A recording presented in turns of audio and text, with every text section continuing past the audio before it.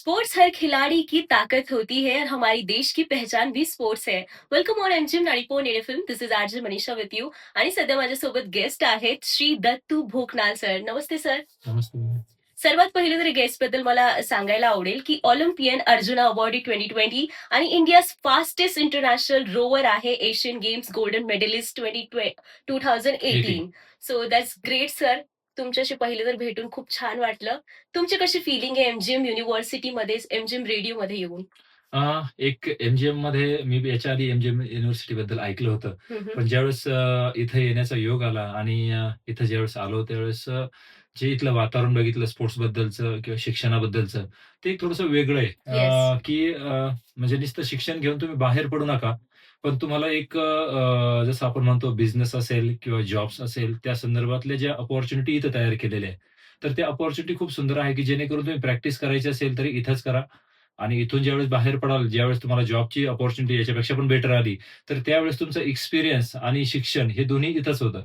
आणि ज्यावेळेस म्हणजे मी आता इथं फिरलो जसं की महात्मा गांधीजींनी आपलं खादीपासून म्हणजे खादी कपड्यापासून जसं त्यांची जर्नी होती, तर तसं इथं वातावरण मला बघायला मिळालं आणि अनुभवायला मिळालं, की अ, ज्यावेळेस एखादा शेतकऱ्याचा कापूस तयार होतो, तर त्या कापसाचं रूपांतर कपड्यापर्यंत किती त्याचा कापसाला वेळ लागतो यायला.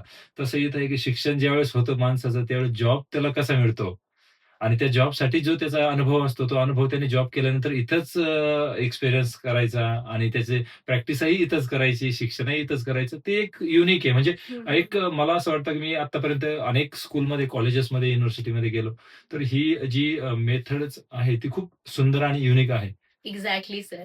आता येऊ तुमच्या स्पोर्ट्स जर्नीकडे. कशी सुरू झाली होती ही जर्नी? ॲक्चुअली स्पोर्ट्सबद्दलचा माझा दूर-दूरपर्यंत कुठलाच संबंध नाही अच्छा. आणि ज्यावेळेस 2012ला माझी म्हणजे घरची परिस्थिती थोडीशी हलाखीची होती आणि त्यावेळेस अ, अ, एक आर्मी जॉइन करायचं म्हणून मी आर्मी जॉइन केली.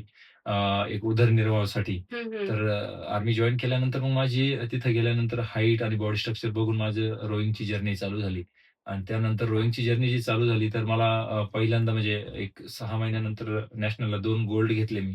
त्यानंतर रोइंगबद्दलचा ट्रस्ट वाढला आणि इंटरेस्ट स्वतःबद्दल, की आपण ती गोष्ट करू शकतो आणि ती गोष्ट आनंद देऊ शकते. तर या गोष्टीसाठी मी ती रोइंगकडे जास्त प्रेरित झालो आणि रोइंग तसं-तसं करत गेलो. पण मला असं टार्गेट नव्हतं माझं, की मला कधी ऑलिम्पिक खेळायचं किंवा इंटरनॅशनल. पण हां, बेस्ट करायचं एवढं एक टार्गेट होतं. ते म्हणजे जसं आपण म्हणतो, की मला ते बाळकडू घरापासूनच मिळालं, की जे करायचं ते बेस्ट करायचं. येस. मग ते ती गोष्ट मला तिथं कामं आली आणि ती एक चांगली हॉबी माझ्यात तिथं दिसायला लागली. मग त्यानुसार माझी रोइंग जर्नी चालू झाली. ग्रेट. मग इनिशियली फॅमिली सपोर्ट होता का जेव्हा तुम्ही फर्स्ट टाईम शेअर केलं, की मला आता हे करायचंय अ, रोइंग? माझ्या ज्यावेळेस रोइंगची जर्नी चालू झाली, तर त्याच्या आधीच ज्यावेळेस आर्मी जॉइन करायच्या आधीच माझे वडील एक्सपायर झाले म्हणून मला मजबुरीनं आर्मी जॉइन केली. पण मग एक वडिलांचं स्वप्न होतं, की आर्मी जॉइन कर. पण माझ्या डोक्यात एक चांगला शेतकरी व्हायचं होतं, की माझ्या शेतातला माल हा एक एक्सपोर्ट किंवा कसं मी टॉप लेव्हलचा एक ब्रिज तयार करू शकतो आपल्या देशासाठी. तर असं एक हे होतं. पण देवाने आणि घरच्या परिस्थितीने मला रोइंगकडे घेऊन गेले आणि आर्मीतून जाण्याचा मला तो एक योग मिळाला आणि ज्यावेळेस मी आर्मीतून गेलो त्यावेळेस मला ते गोष्ट तिथं करायला, प्रॅक्टिस करायला ग्राउंड मिळालं, इन्फ्रास्ट्रक्चर तिथं उपस्थित झालं. त्यानुसार मग माझा ऑलिम्पिकपर्यंतचा जो प्रवास आहे तो कंटिन्यू चालत राहिला पुढं. येस. मग डिस्ट्रिक्ट, नॅशनल टू ऑलिम्पिक्स ही जर्नी जेव्हा कंप्लीट होत होती किंवा इन प्रोसेस होती, तेव्हा काय चॅलेंजेस आले आणि काय रिमेंबर करता तुम्ही आज त्याच्यापासून? म्हणजे जसं आता आपण बघतो बाहेर, की डिस्ट्रिक्ट लेव्हलपासून तर स्टेट लेव्हलला जायचं आणि त्यानंतर नॅशनलमध्ये पार्टिसिपेट व्हायचं. तर आर्मीमध्ये आम्हाला असं आहे, की डायरेक्ट तुम्ही नॅशनलमध्ये उतरू शकतात. पण तुमचा रिझल्ट तसा असायला पाहिजे, की जेणेकरून कोणी चॅलेंज करू शकत नाही. तर मी ज्यावेळेस प्रॅक्टिस करत होतो, त्यावेळेस माझा जो टायमिंग होता, तो नॅशनलचे जे ॲथलीट होते यांच्या आधीचे त्यांच्यापेक्षा क्लोज होता. कारण मी त्याच्यापेक्षा जास्त मेहनत गावाकडे विहिरीच्या कामावरती शेतात केलेली. त्यामुळे मग मला तो काम म्हणजे ते जे माझ्या बॉडीमध्ये आहे, त्या गोष्टी तिथं कामाला आल्या. आणि ज्यावेळेस रोईंगची प्रॅक्टिस चालू झाली आणि ज्यावेळेस इंटरनॅशनल आणि नॅशनल खेळायची वेळ आली, तर माझ्यासाठी तर बऱ्याचशाच ठिकाणाहून पत्र यायचे, की "दत्तूला आमच्याकडे पाठवा ट्रेनिंगसाठी." इंडिया फेडरेशनचे यायचे किंवा अनेक लोकांचे यायचे. तर त्यांचं म्हणणं होतं, पण माझ्या कोचचं म्हणणं होतं, की "नाही, याला माझ्याकडेच मजबूत बनवायचं आणि त्यानंतर मी याला नॅशनलमध्ये मेडल देईल आणि त्यानंतर तुम्ही त्याला काय करायचं ते तुमच्याकडे येस. खेचायचं किंवा ओढ आहे. म्हणजे तसं म्हणतो आपण एक जसं चांगलं प्रॉडक्ट जसं तयार होतं, येस, येस. तसं त्या प्रॉडक्टची मार्केटमध्ये जशी व्हॅल्यू वाढते, तसं तो हं, प्रॉडक्ट मार्केटमध्ये फिरतो. तशी गंमत एक माझ्या बाबतीत झाली, की मला एक चांगला खेळाडू माझ्या कोचने बनवलं आणि त्यानंतर त्या कोचवरती म्हणजे अजूनही मी त्यांना देवासारखं ऑफ हे कोर्स. करतो, पूजतो आणि त्या माणसाने मला इथपर्यंत घेऊन आले असं. सर तुम्ही स्पोर्ट्सकडून काय घेता? म्हणजे स्पोर्ट्सने तुम्हाला काय दिलं? म्हणजे असं म्हणायचं का आई-वडिलांनी मला आयुष्य दिलं आणि खेळाने मला जगणं शिकवलं. एक्झॅक्टली. आणि त्याचसोबत आजची मुलं जे स्पोर्ट्सकडे बघताय, पण स्टिल असं असतं की स्टॅबिलिटी नाहीये येस. फायनान्शियल. तर मग त्या मुलांना तुम्ही काय सांगणार? कसं होतं काही स्पोर्ट्स महागडे, काही हो. स्पोर्ट्स स्वस्त आहे. काही स्पोर्ट्समध्ये फक्त मेंटॅलिटी तेवढं प्रिपरेशन ठेवावं हं, लागतं. हं. काही स्पोर्ट्स इनडोअर चालतात, काही आउटडोअर चालतात. तसं रोइंग स्पोर्ट्स हा खूप कॉस्टली स्पोर्ट्स आहे. हो. कारण ज्यावेळेस मी आर्मी 11 वर्षाचा जॉब करून ज्यावेळेस मी रिटायरमेंट घेतली, त्यावेळेस मलाही असं वाटायचं बरेचसे कॉलेजेस, स्कूलमध्ये मी ज्यावेळेस जायचो प्रोग्रामसाठी, इव्हेंट्ससाठी, तर त्यावेळेस हे ऐकायला मिळायचं की आम्हाला इन्फ्रास्ट्रक्चर मिळालं असतं तर आम्ही केलं असतं. असे बरेचसे स्टुडंट प्रश्न विचारायचे की आम्हाला इन्फ्रास्ट्रक्चर असं तसं तसं. मग मी त्यानंतर आर्मी सोडल्यानंतर एक निर्णय घेतला, की मी नाशिकमध्ये बोटिंग क्लब चालू करेल ड्रॉइंगचा. तर हं, मी हं. तो चालू केला. अनेक लोकांनी मला तिथे सपोर्ट केला. ओके. जसं की काही शहाणे मॅडम म्हणून होत्या, त्या हं, लोकांनी हं. सपोर्ट केला आणि त्या बंधारे विभागाने पण मला खूप सपोर्ट केला, की नाशिकचे कलेक्टर होते त्यावेळेस सूरज मांढरे सर यांनीही सपोर्ट केला, की आणि खास करून माझी वाईफनी मला जास्त पुशअप केलं, की तुम्ही आता ही गोष्ट करा, कारण त्या खेळाने तुम्हाला सगळं काही दिलंय, तर मग एक्झॅक्टली. याच्यात आपण नवीन काय करू शकतो? तर मग हं, आम्ही हं. बोटिंग क्लब चालू केलं, तर पहिलं 1-1.5 वर्ष आम्ही फ्री ऑफ कॉस्ट सगळ्यांना ठेवला. ओके. पण त्यात व्हायचं काय, की जे मी ऐकलं होतं कॉलेजेस, स्कूलमध्ये, की आम्हाला इन्फ्रास्ट्रक्चर भेटल्यानंतर आम्ही करू शकतो.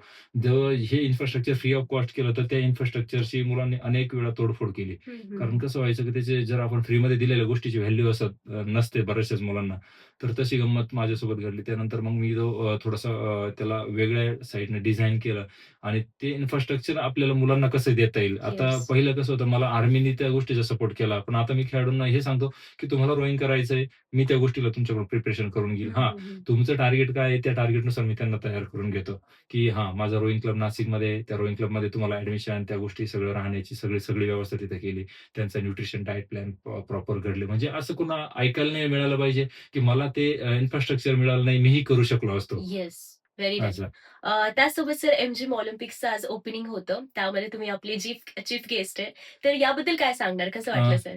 एमजीएममध्ये ज्यावेळेस मी सकाळी एंट्री केली 8:30 हां, हां. वाजता, तर इथली एक क्षण आठवला आणि त्या क्षणात म्हणतो जसं की पुस्तकं वाचून जसं आपण शेअर बोलतो, हां, हां. तर ते बोलण्याच्या पलीकडे एक मनातून भावना आली. तर ज्यावेळेस मला एक श्रीनिवास सर म्हणून होते येस. तुमच्यावाले, तर ते मला रिसीव्ह करण्यासाठी होते आणि त्यांच्यासोबत एक नॅशनलचे काही स्टुडंट होते. याह. विद्यापीठ खेळलेले. तर ते स्टुडंट मला भेटले आणि ज्यावेळेस आम्ही हॉटेलमध्ये बसलो, हं, तर हं. बसल्यानंतर ते मुलांचं त्या श्रीनिवास सरांना बाहेर गेल्यानंतर सांगितलं, की "सर, का ऑलिम्पिक खेळलेला माणूस आज आपल्यासोबत आहे. एवढे मेडल त्या माणसाचे आहे.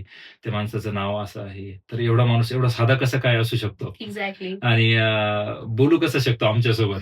कारण आम्ही बघितलंय की नॅशनलला मेडल घेतल्यानंतर मुलं बोलायला तयार नाही होत म्हणे.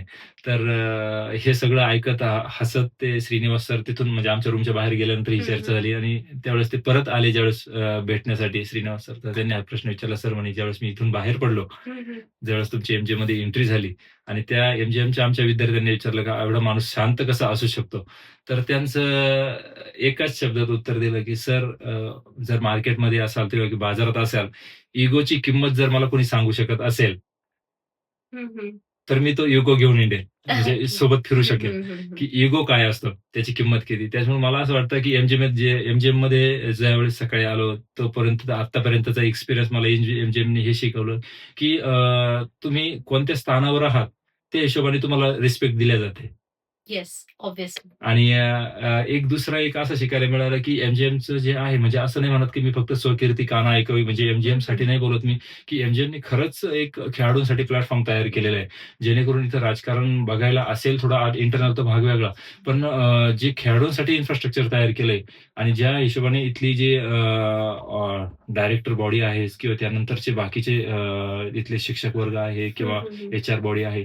तर यांचे सगळ्यांचे एक शब्द आले सकाळी, की आमच्या विद्यापीठातून आम्ही लवकर ऑलिम्पियन खेळाडू कसे घडू शकतो, येस. यावरती आमचा जास्त फोकस आहे. आणि त्या गोष्टीसाठी मी शुभेच्छाही दिल्या आणि देतोही शुभेच्छा, की जेणेकरून की तुम्ही लवकरात लवकर इंटरनॅशनल खेळाडू घडवा. पण इंटरनॅशनल खेळाडू हा स्वतःसाठी नाही तर देशासाठी घडतो ऑफ कोर्स. आणि त्या गोष्टीचा आनंद हा होईल, की एमजीएमनी घडवला. याचा जास्त आनंद होईल. Yes. Thank you so much sir. तुम्ही इकडे आला आणि तुमची इन्स्पायरिंग जर्नी आमच्यासोबत शेअर केली. Thanks a lot. Thank you ma'am. Thank you. And you guys stay tuned to MGM 90.8 FM. साथ है तो बात है.